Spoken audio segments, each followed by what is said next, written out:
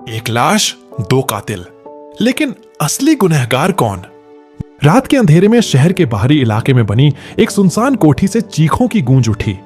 एक तेज गोली की आवाज आई और फिर सब कुछ शांत हो गया। सुबह पुलिस कोठी में पहुंची तो वहां जमीन पर एक लाश पड़ी थी, खून से लथपथ। लेकिन हैरानी की बात यह थी कि उस हत्या की जिम्मेदारी दो अलग अलग लोगों ने खुद पर ले ली थी। आखिर कौन सच बोल रहा था? क्या दोनों ही कातिल थे या फिर कहानी में कोई और सच्चाई छिपी थी? एसीपी विजय जब अपने दल के साथ कोठी में दाखिल हुए तो वहां एक अजीब सन्नाटा पसरा हुआ था। कोठी के अंदर का माहौल बिखरा हुआ था। फर्श पर शराब की टूटी बोतलें, फटे हुए कागज और दीवारों पर खूनी हाथों के निशान। मृतक की पहचान 40 साल के रमन मल्होत्रा के रूप में हुई। वह एक बड़ा बिजनेसमैन था जिसका नाम कई गैर कानूनी कामों में भी लिया जाता था। लेकिन इस केस को और उलझाने वाली बात यह थी कि पुलिस को एक नहीं बल्कि दो कातिल मिले थे।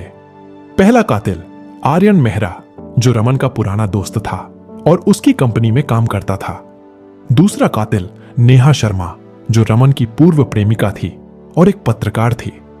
पुलिस की पूछताछ में आर्यन ने सीधे सीधे कहा, मैंने रमन को मारा है, उसने मेरी जिंदगी तबाह कर दी थी। जब एसीपी विजय ने विस्तार से पूछा तो आर्यन ने बताया कि वह और रमन बचपन के दोस्त थे, लेकिन कुछ साल पहले रमन ने बिजनेस में धोखा देकर उसे बर्बाद कर दिया था। उस रात मैं उससे मिलने गया था। हम दोनों में बहस हुई और गुस्से में मैंने उसके सिर पर रॉड मार दी। वह जमीन पर गिर पड़ा और खून से लथपथ हो गया। मैंने उसे मरा हुआ समझकर वहां से भागने की कोशिश की, लेकिन तभी नेहा वहां पहुंच गई। जब पुलिस ने नेहा से पूछताछ की तो उसने कहा, मैंने रमन को गोली मारी, वह इसका हकदार था। नेहा ने बताया कि रमन ने उसके करियर और जिंदगी को बर्बाद कर दिया था। मैं उसके पास इंटरव्यू के बहाने गई थी, लेकिन असली मकसद बदला लेना था। उसने मेरे परिवार को नुकसान पहुंचाया था। जब मैंने उसे गन दिखाई तो उसने मुझ पर हमला कर दिया। मैंने डर के मारे ट्रिगर दबा दिया और वह वहीं ढेर हो गया। अब पुलिस के सामने सबसे बड़ा सवाल था, अगर आर्यन ने उसे लोहे की रॉड से मारा तो नेहा ने गोली कैसे मारी? और अगर नेहा ने गोली मारी तो आर्यन उसे मरा हुआ समझकर क्यों भागा? फोरेंसिक रिपोर्ट में बताया गया कि रमन के सिर पर गहरी चोट थी, लेकिन उसकी मौत गोली लगने से हुई थी। यानी आर्यन ने उसे पहले घायल किया और फिर किसी ने उसे गोली मारी। लेकिन यहां एक और ट्विस्ट था। रमन की मौत जिस गोली से हुई थी वह नेहा की गन से फायर नहीं हुई थी। एसीपी विजय को लगने लगा कि कहानी में सिर्फ दो नहीं, कोई तीसरा शख्स भी शामिल था। कौन था वो तीसरा इंसान? क्या उसने पूरी साजिश रची थी या फिर आर्यन और नेहा दोनों झूठ बोल रहे थे? एसीपी विजय के सामने अब दो कातिल थे, लेकिन असली गुनहगार का पता लगाना अभी बाकी था। फोरेंसिक रिपोर्ट ने पहले ही साफ कर दिया था कि रमन की मौत सिर पर चोट से नहीं बल्कि गोली लगने से हुई थी। लेकिन समस्या यह थी कि वह गोली नेहा की गन से नहीं चलाई गई थी। मतलब यहां कोई तीसरा इंसान भी था जो पर्दे के पीछे से खेल खेल रहा था। पुलिस ने कोठी के सीसीटीवी फुटेज की जांच की, लेकिन सारे कैमरे उसी रात किसी ने बंद कर दिए थे। हालांकि पार्किंग एरिया का एक कैमरा काम कर रहा था। जब उसकी रिकॉर्डिंग चेक की गई तो एक अनजान शख्स को कोठी में जाते और फिर कुछ मिनट बाद भागते हुए देखा गया। पुलिस को जल्द ही एक सुराग मिला। कोठी के पास एक सीसीटीवी में एक कार रिकॉर्ड हुई थी जिसका नंबर ट्रेस किया गया। कार किसी और की नहीं, रमन के छोटे भाई विक्रम मल्होत्रा की थी। एसीपी विजय ने विक्रम को थाने बुलाया और सख्ती से पूछताछ की। पहले तो विक्रम ने बहाने बनाए, लेकिन जब उसके कॉल रिकॉर्ड निकाले गए तो सच सामने आ गया। हां, मैंने रमन को मारा था। विक्रम ने बताया कि उसने बचपन से ही रमन को अपनी जिंदगी बर्बाद करते देखा था। रमन ने उसके हिस्से की पूरी जायदाद अपने नाम करवा ली थी और उसे हमेशा छोटा समझकर दबाता था। उस रात विक्रम ने देखा कि आर्यन और रमन में झगड़ा हो रहा था। जब आर्यन ने रॉड से हमला किया और घबराकर भागा, तभी नेहा आ गई। नेहा ने रमन को गन दिखाई, लेकिन वह गोली चलाने से हिचक रही थी। इसी दौरान कोठी के अंदर छुपा विक्रम बाहर निकला और उसने रमन के सीने में गोली मार दी। नेहा को लगा कि उसने गलती से गोली चला दी है और वह डर के मारे भाग गई। एसीपी विजय ने पूरी घटना को ध्यान से समझा। अब तीनों गुनहगार सामने थे। आर्यन, जिसने रमन को पहली चोट दी थी, नेहा जो उसे मारना चाहती थी लेकिन गोली उसने नहीं चलाई, विक्रम जो असली कातिल था। लेकिन इस केस में सबसे पेचीदा बात यह थी कि नेहा और आर्यन दोनों खुद को गुनहगार मान रहे थे, जबकि असली कातिल विक्रम था। पुलिस ने आखिरकार विक्रम के खिलाफ सबूत जुटाए और उसे गिरफ्तार कर लिया। इस कहानी में कोई निर्दोष नहीं था। आर्यन ने हमला किया जिससे रमन कमजोर हुआ। नेहा ने उसे मारने की नीयत से गन तानी लेकिन गोली नहीं चलाई और विक्रम ने मौका देखकर गोली मार दी। इसलिए अदालत ने फैसला सुनाया। विक्रम को हत्या का दोषी ठहराया गया और उसे आजीवन कारावास की सजा हुई। आर्यन और नेहा को अपराध छिपाने और झूठे कबूलनामे की वजह से छोटी सजा दी गई। रमन अपने गलत कामों के कारण बहुत सारे दुश्मन बना चुका था और आखिरकार उसका अंजाम भी वैसा ही हुआ। इस केस ने साबित कर दिया कि कभी कभी गुनहगार खुद सामने आकर अपने अपराध की जिम्मेदारी ले लेते हैं, लेकिन असली साजिशें पर्दे के पीछे चलती रहती हैं। लेकिन एक सवाल अभी भी बना हुआ है, क्या विक्रम ने सिर्फ बदला लेने के लिए हत्या की या इसके पीछे कोई और बड़ा कारण छिपा था? विक्रम के जेल जाने के बाद मामला शांत हो गया था, लेकिन एसीपी विजय को अब भी कुछ सवाल परेशान कर रहे थे। अगर विक्रम को सिर्फ बदला लेना था तो उसने सीसीटीवी कैमरे बंद क्यों किए?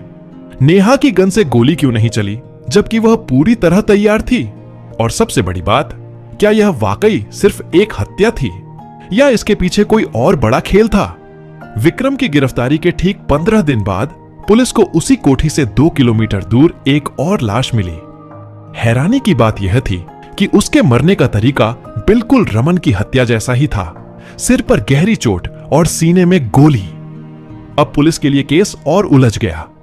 अगर विक्रम ही असली कातिल था तो अब उसे किसने मारा? जब पुलिस ने जांच शुरू की तो एक बड़ा सच सामने आया। रमन मल्होत्रा सिर्फ एक बिजनेसमैन नहीं था, वह एक ब्लैकमेलर भी था। उसने कई बड़े नेताओं, पुलिस अधिकारियों और बिजनेस टाइकून के राज अपने पास रखे थे। उसके पास एक सीक्रेट ड्राइव थी जिसमें कई घोटालों और मर्डर केस की फाइलें थीं। क्या विक्रम ने उसे इसी ड्राइव के लिए मारा था? लेकिन ड्राइव अब भी गायब थी। एसीपी विजय ने आर्यन और नेहा से फिर पूछताछ की, लेकिन इस बार उनके चेहरे पर पहले जैसी बेचैनी नहीं थी। वे दोनों चुप थे, जैसे कुछ छुपा रहे हों। तभी फॉरेंसिक रिपोर्ट आई। विक्रम को मारी गई गोली नेहा की गन से चलाई गई थी। मतलब नेहा ने विक्रम को मारा था, लेकिन क्यों? नेहा से जब सख्ती से पूछा गया तो उसने कबूल किया, मैंने विक्रम को नहीं मारा, मेरी गन तो 2 हफ्ते पहले ही चोरी हो गई थी। तो फिर विक्रम की हत्या किसने की? एसीपी विजय को अब यकीन हो गया था कि इस केस के पीछे कोई और भी था जो पर्दे के पीछे से खेल खेल रहा था। लेकिन वह कौन था? क्या यह किसी बड़े गैंग का काम था या यह सब रमन की सीक्रेट ड्राइव के लिए हो रहा था? पुलिस अब उस गुमशुदा ड्राइव की तलाश में थी, क्योंकि उसमें ही इस रहस्यमयी खेल के असली किरदार छुपे थे। लेकिन इसी बीच एक और चौंकाने वाली खबर आई। नेहा लापता हो गई थी। अब यह सिर्फ एक मर्डर केस नहीं था, यह एक जाल था जिसमें कई लोग फंस चुके थे। रमन मारा गया, विक्रम भी मारा गया, नेहा गायब हो गई, सीक्रेट ड्राइव अब भी लापता थी। क्या यह सब सिर्फ एक हत्या थी या इसके पीछे कोई बहुत बड़ा प्लान था? एसीपी विजय को अब इस खेल के असली मास्टरमाइंड तक पहुंचना था, लेकिन क्या वह समय रहते सच्चाई उजागर कर पाएगा? नेहा के लापता होने के बाद पुलिस पर जबरदस्त दबाव था। शहर में यह केस अब चर्चा का विषय बन चुका था। हर कोई यही जानना चाहता था कि आखिर इस खेल के पीछे कौन था। एसीपी विजय अब तक समझ चुके थे कि यह मामला सिर्फ 2 हत्याओं का नहीं, बल्कि किसी बड़ी साजिश का हिस्सा था। अब सवाल यह था, नेहा खुद भागी थी या उसे अगवा किया गया? गायब सीक्रेट ड्राइव आखिर किसके पास थी? क्या यह हत्याएं सिर्फ एक पुराने झगड़े का नतीजा थीं या इसके पीछे कोई बड़ा कारण था? जांच के दौरान पुलिस को नेहा की आखिरी कॉल डिटेल्स मिली। उसने आखिरी कॉल रमन के पुराने वकील संजय बख्शी को की थी। संजय बख्शी एक जाना माना वकील था जो कई बिजनेसमैन और नेताओं का केस लड़ चुका था। लेकिन सबसे दिलचस्प बात यह थी कि रमन की मौत के बाद वह अचानक शहर छोड़कर गायब हो गया था। एसीपी विजय को अब पक्का यकीन था कि संजय बख्शी के पास ही वह ड्राइव थी और वह इस खेल का असली मास्टरमाइंड था। पुलिस ने कई दिनों की तलाश के बाद आखिरकार संजय बख्शी को गोवा से गिरफ्तार कर लिया। पूछताछ में उसने जो राज खोला वह चौंकाने वाला था। रमन सिर्फ एक बिजनेसमैन नहीं था, वह कई बड़े नेताओं और माफियाओं के काले धंधों का राज जानता था। उसके पास एक सीक्रेट ड्राइव थी जिसमें कई नामचीन लोगों के खिलाफ सबूत थे। विक्रम को जब यह पता चला तो उसने अपने भाई रमन को मारने का प्लान बनाया ताकि वह ड्राइव हासिल कर सके। लेकिन असली खेल तब बदला जब संजय बख्शी ने विक्रम को भी मरवा दिया ताकि वह ड्राइव सिर्फ उसके पास रहे। अब भी एक सवाल था, नेहा कहां थी? एसीपी विजय को एक बंद गोडाउन में नेहा जिंदा मिली। उसे किडनैप किया गया था, लेकिन उसने बहादुरी से पुलिस तक पहुंचने का संकेत भेजा। नेहा ने पुलिस को बताया कि संजय बख्शी ने उसे मारने की साजिश रची थी, लेकिन वह किसी तरह बच निकली। संजय बख्शी को अदालत में पेश किया गया। उसके खिलाफ सबूत इतने मजबूत थे कि उसे आजीवन कारावास की सजा सुनाई गई। नेहा को निर्दोष साबित किया गया और आर्यन को हल्की सजा के बाद रिहा कर दिया गया। यह केस सिर्फ एक हत्या नहीं थी, यह एक ऐसी साजिश थी जिसमें लालच, धोखा और सत्ता की भूख शामिल थी। रमन और विक्रम अपनी गलतियों की सजा भुगत चुके थे, लेकिन सच्चाई यह थी कि इस खेल में कई और बड़े लोग शामिल थे जो अभी भी खुले घूम रहे थे। क्या कभी पूरा सच सामने आएगा? संजय बख्शी को जेल भेजे 6 महीने हो चुके थे। मामला अब लगभग ठंडा पड़ चुका था। नेहा अपने पुराने पत्रकारिता करियर पर लौट चुकी थी और आर्यन अपनी नई जिंदगी शुरू करने की कोशिश कर रहा था। लेकिन एसीपी विजय को एक गुमनाम खत मिला। जो सच तुमने देखा वो अधूरा था, असली खेल अभी बाकी है। अगर जान बचानी है तो केस बंद कर दो। नेहा ने वह सीक्रेट ड्राइव पुलिस को सौंप दी थी, लेकिन उसमें जितने घोटालों के सबूत थे उसमें रमन के खिलाफ कुछ भी नहीं था।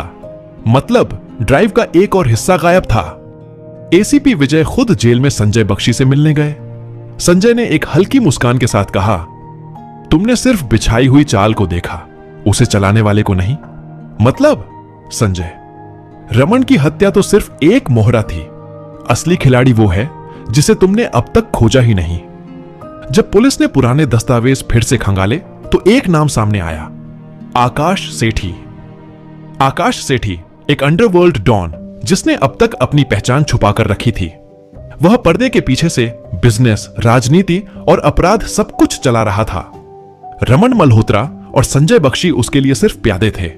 एसीपी विजय को पता चला कि आकाश सेठी इस वक्त दुबई में है, लेकिन उसे पकड़ना आसान नहीं था। पुलिस ने नेहा और आर्यन की मदद से एक जाल बिछाया। नेहा ने एक फेक इंटरव्यू के बहाने आकाश को भारत बुलाने का प्लान बनाया। आकाश को लगा कि अब कोई उस पर शक नहीं कर रहा और वह आराम से भारत लौट आया। जैसे ही आकाश सेठी अपने होटल में पहुंचा, पुलिस ने चारों ओर से उसे घेर लिया। लेकिन आकाश के पास पहले से पूरी तैयारी थी। उसके गुंडों ने फायरिंग शुरू कर दी और पुलिस के साथ भारी मुठभेड़ हुई।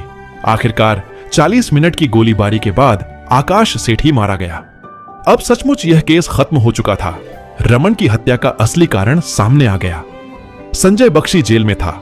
आकाश सेठी का अपराध साम्राज्य ध्वस्त हो चुका था। नेहा और आर्यन को अब नई जिंदगी मिली। एसीपी विजय ने अपनी सबसे मुश्किल जांच पूरी कर ली। जैसे ही विजय अपने केबिन में बैठकर इस केस की फाइल बंद कर रहे थे, उन्हें एक और गुमनाम खत मिला। तुमने सिर्फ एक राजा को हराया है, लेकिन शतरंज अभी बाकी है। विजय ने हल्की मुस्कान के साथ खत को जलाया और कहा, अगर कोई नया खेल शुरू होगा तो हम फिर जीतेंगे। और आपको यह वीडियो कैसी लगी मुझे कमेंट्स करके जरूर बताएं। अपना ध्यान रखें और होशियार रहें। धन्यवाद।